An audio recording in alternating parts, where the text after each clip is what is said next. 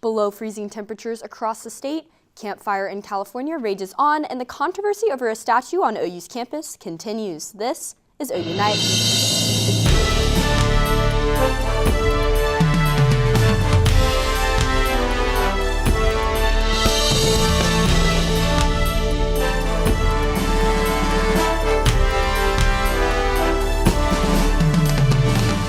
Thanks for joining us on OU Nightly. I'm Kelsey Hovanetz. And I'm Cal Day. We are facing another bitterly cold night in Oklahoma.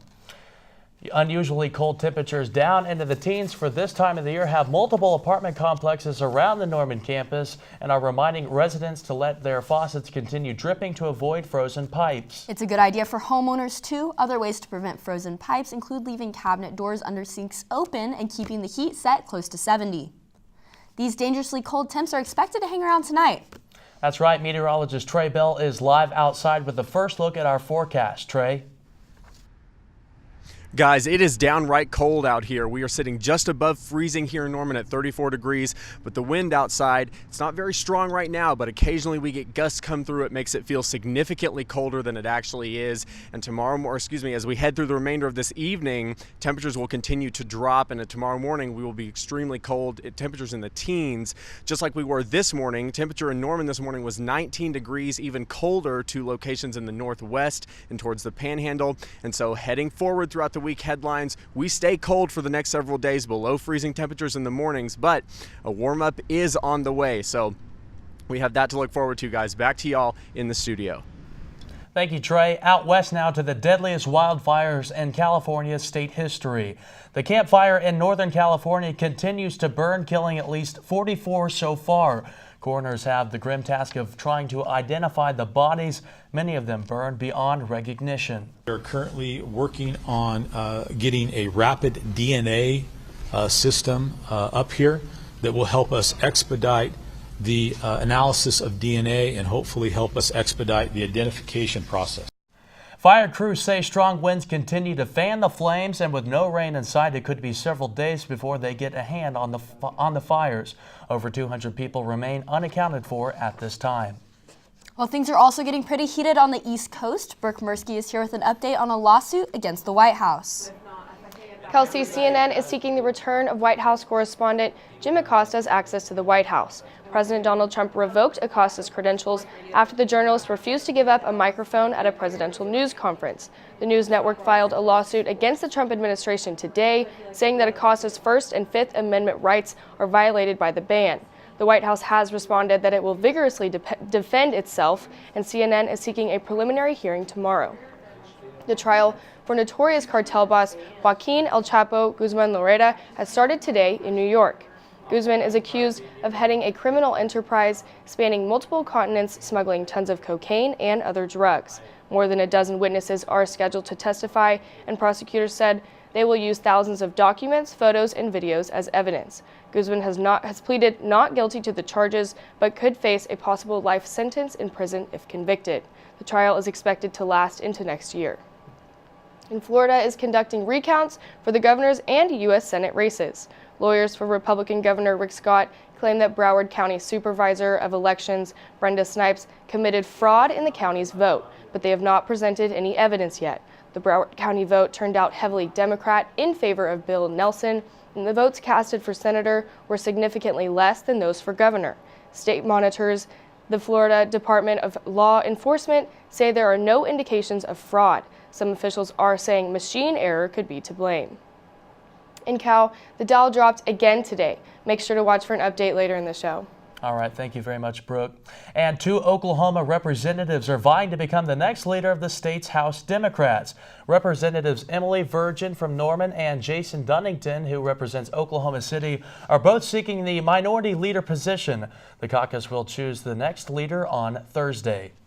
Current minority leader Steve Copeland was one of 3 Democrats who lost his re-election bid last week.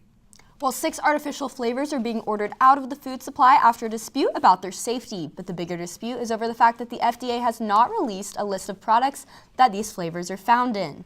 As the issue of artificial ingredients grows, many businesses are taking notice. Petco announced today that it will stop selling pet food and treats with artificial ingredients. Petco's CEO said they aim to set a new standard with the goal of health and wellness for our animals. Oklahoma has the highest incarceration rate for women, and OU Nightly's Harlee Toothman shows us how the prison population is about to get a little bit smaller. Mothers, sisters, daughters, and friends are among the 22 women set for early prison release this month. With the help of a state question approved by voters 2 years ago and a hearing held in early November by the Oklahoma Pardon and Parole Board, the women are able to walk early. State Question 780 made nonviolent drug and theft crimes misdemeanors, not felonies. The Oklahomans for Criminal Justice Reform took on the women's cases because some have been serving long sentences for drug possession crimes that are now simple misdemeanors under the new law. These women deserve so much better than what they've been given. Even with the laws as they were written, when they were incarcerated, a lot of them got a pretty harsh sentence, but now that laws have evolved and changed, it's especially unjust. 22 of the 23 women working with OCJR succeeded in their commutation hearings. Next year, the group wants legislators to review the rest of the cases that fall under State Question 780. I think voting is key. You know, we have to be mindful of electing leaders who are committed to criminal justice reform. We have to be aware of who the people are making the laws that are being enforced across the state. The goal is to have these women home by Thanksgiving. The Oklahomans for Criminal Justice Reform is currently working with 8 other inmates whose hearings are coming up in December. Harlee Toothman, OU Nightly. The only thing left for the first group of women to walk free is former Governor Mary Fallon's signature. Well, a statue placed on OU's campus continues to draw controversy. Coming up, we sit down with a spokesperson working to have it removed. Plus, we all know Alexa's pretty useful, but an Amazon Echo could help solve a murder. You don't want to miss it? Stick around.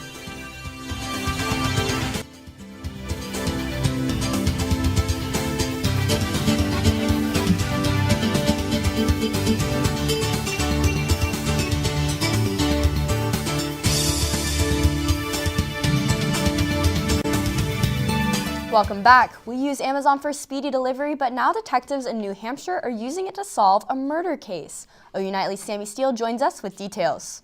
Yeah, Kelsey, prosecutors believe an Amazon Echo smart speaker may help solve a double murder case in New Hampshire.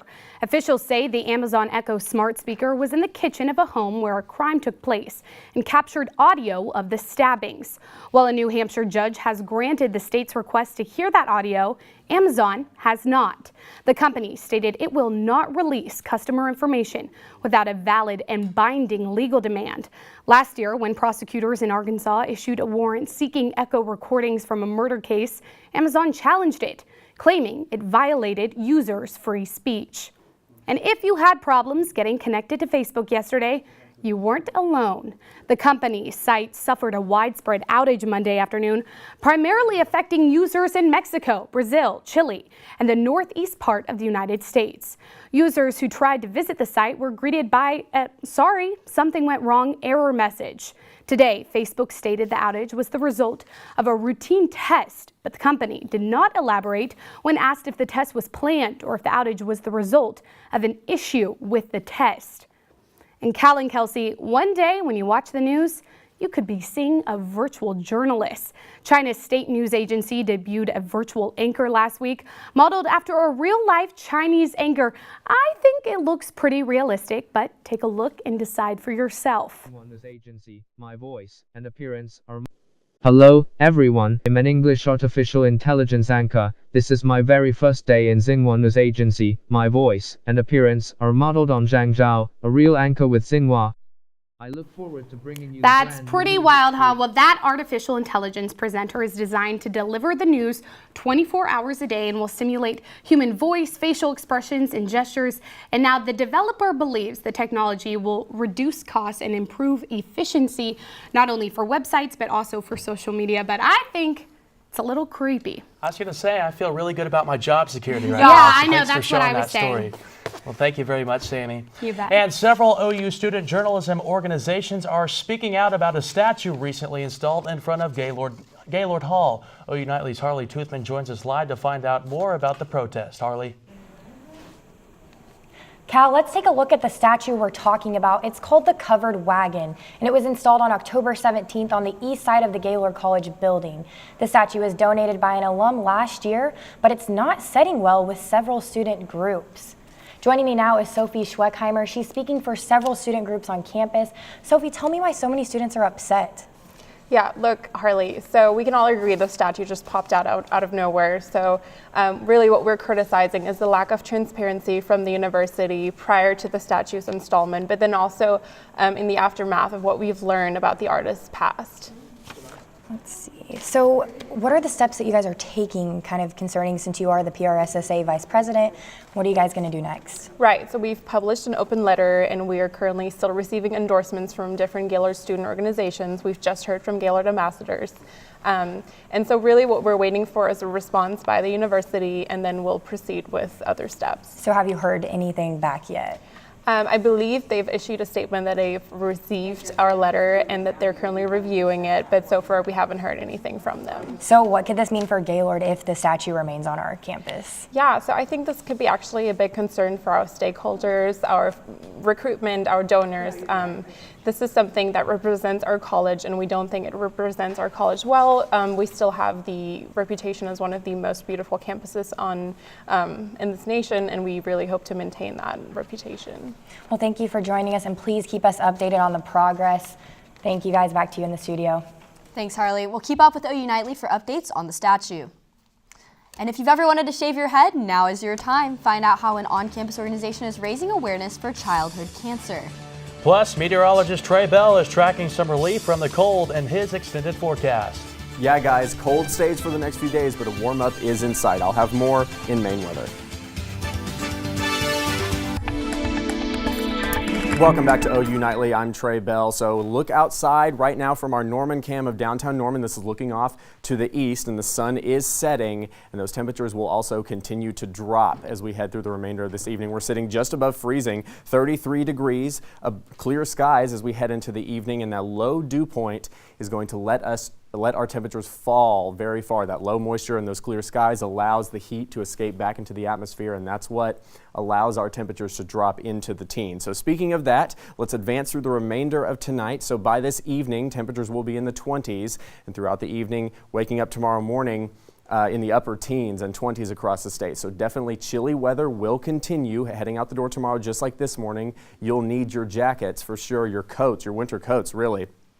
Tomorrow afternoon, a high of in the upper 30s, 38 across the state, down in southwestern Oklahoma as well in the 40s, and continuing again another hard freeze heading into Thursday morning, and that cold just sticks with us for the next several days. But a warm up is on the way for this weekend. More on that in a second. Wind chills heading forward, so that wind does make it feel a little bit colder than it actually is, so that's definitely a concern. And notice high wind chill factor of only 33 degrees tomorrow afternoon, so that cold definitely sticks with us. And those winds, though they're light, it only takes a slight breeze to make the temperature feel significantly colder. So this is pretty much the trend for the next several days. Winds remain out of the north, calm, less than 10 miles an hour, really gusting higher though. But this is the story as we head over the next several days. And so future satellite, we're high and dry. There's no precipitation. There's no clouds at all to be seen. Wednesday afternoon, few clouds in eastern Oklahoma, but those quickly push off to the east into Arkansas. And then continuing, we'll have some high clouds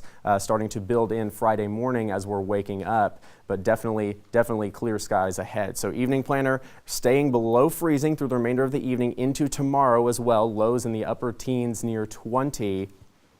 And so your day planner tomorrow remaining cold throughout the day, and then that 2-day forecast, we remain cold tomorrow, cold Thursday, and into the weekend we stay pretty chilly. All of our lows for the next few days will be below freezing, but by this weekend for the game, it will actually be quite pleasant before a cold front moves in once again.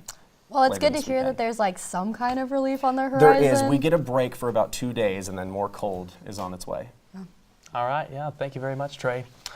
And these students aren't crazy. They're donating their locks to support St. Baldrick's Foundation for Childhood Cancer Research. Members of the on-campus service fraternity Alpha Phi Omega have been up since 10 this morning and don't plan to stop until later this afternoon. They hope students will join them in braving the shave by cutting or shaving their hair to spread awareness for the cause, as well as enjoying their raffle and bake sale. Paired with Norman's sports clips, OU students can expect a professional haircut that will leave a lasting impression. These kids, they can't decide what their hair looks like when they have cancer, and I think it's a good way to show a good example and to show support for this great cause that St. Baldrick's is doing, what we're doing. We do this every year. This is my 3rd year now, and so I think just to come out, shave your head, you don't have to donate any money, but I think it makes a difference for other kids when they see you with someone that looks similar to you. The goal this year is to surpass the $2,500 they made last fall. You can donate in cash, Venmo, or by hair. And the Sooners were in action on the hardwood last night. Sydney Forsee joins us as one Sooner had quite the night. Thanks, guys. Men's basketball team had their 2nd win of the season. I'm giving you all the details about last night's game and more. Sports is next.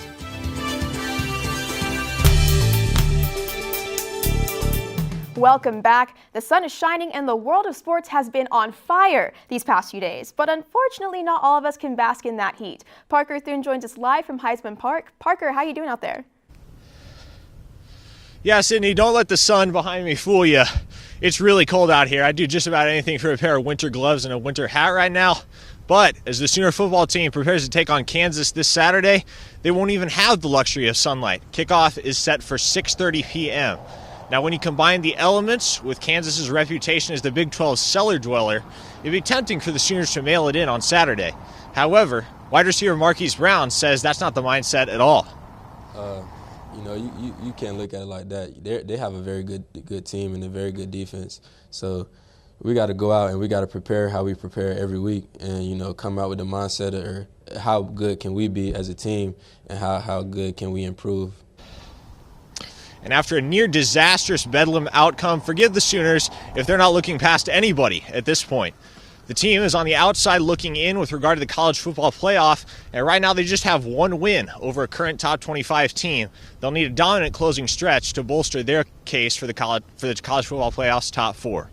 A date with number 7 West Virginia is on tap for Black Friday, but for now the Sooners are solely focused on getting past the Jayhawks. Sydney, back to you in the studio. Thanks, Parker. And Lon Kruger at OU men's basketball won big during their 2nd straight game on the road last night. Christian James scored 24 points, followed by Aaron Calixte with 18, ending the night with a 20-point lead over UTSA, ending in 87-67. With 2 wins now under the Sooners' belt, they hope to dominate over Wofford in their 3rd game of the season this Sunday. And while the Sooners had a big night on the road, the Thunder held it down here in Oklahoma City. OKC kept a constant lead over the Phoenix Suns last night at the Peak with a final score of 118-101. Let's see if they can keep up that momentum when going to face off against the Knicks tomorrow. And Dub Nation took an L last night in LA. Draymond Green could not cap off a brilliant comeback by Golden State, sending the game into overtime. The Clippers came out on top 121-116. And it looks like my side gig as a fortune teller is paying off. As I predicted last week, Le'Veon Bell is not returning to the Steelers this season. His deadline to report was today, and that leaves Bell without a franchise tag or $14.5 million in his pocket. And the New York Giants finally ended their 5-game losing streak after pulling out a win over the San Francisco 49ers in their Monday Night Football matchup. Former Sooner Sterling Shepard brought home the W after catching the game-winning touchdown from Eli Manning. And this little guy has some serious skill. With seconds left, he shakes his defender and drains the game winner. Steph and Kyrie better look out. This kid might be coming to the NBA one day. All right, guys. That kid is pretty good. I hope to see him, in the NBA someday. Thank you, Sydney. And to infinity and beyond, Pixar releases a trailer for its next big movie. Coming up, we introduce you to a new character thrown in the mix. I'm Candace Coonrod at the Update Desk. Governor-elect Kevin Stitt is naming individuals to his transition team. He's dubbed Oklahoma's turnaround team. The group will be led by Norman attorney Mark Nuttall, who is a longtime Republican Party insider. Other team members include Oklahoma's current Labor Commissioner Melissa Houston and former State Senator Mike Mazzei. Back to you, Cal and Kelsey.